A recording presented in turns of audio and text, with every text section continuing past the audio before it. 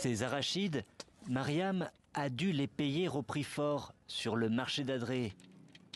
Cette agricultrice en produisait pourtant des dizaines de kilos chaque saison.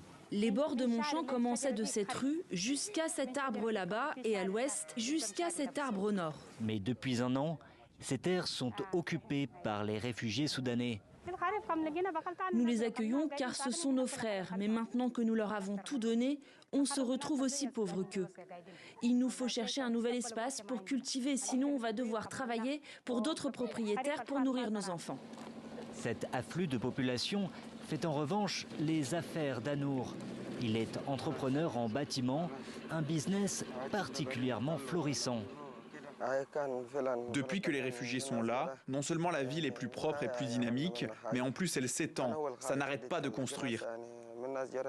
Certes, les matériaux sont plus chers maintenant, mais il y a de la main-d'œuvre en abondance et bon marché. Ces gens sont très pauvres, donc ils sont prêts à travailler pour presque rien.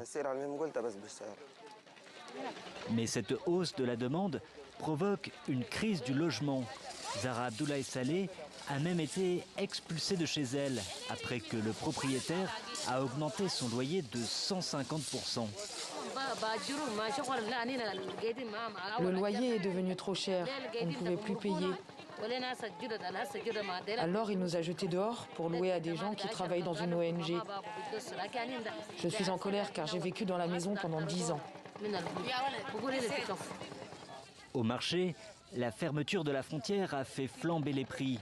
Le sucre, l'eau, le carburant sont devenus inabordables. Dans sa clinique d'Adré, en plus des réfugiés soudanais, Médecins sans frontières reçoit un nombre croissant de bébés tchadiens malnutris.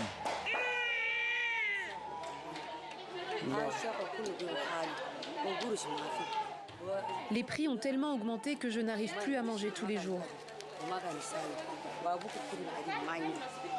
Ma fille est tombée malade depuis que mon corps ne produit plus de lait. Avec la période de soudure et le pic de paludisme en saison des pluies, l'ONG craint d'être débordée dans les semaines à venir. À mesure que la pression s'accentue sur les ressources, les tensions risquent de s'exacerber et les incidents de se multiplier, préviennent les humanitaires.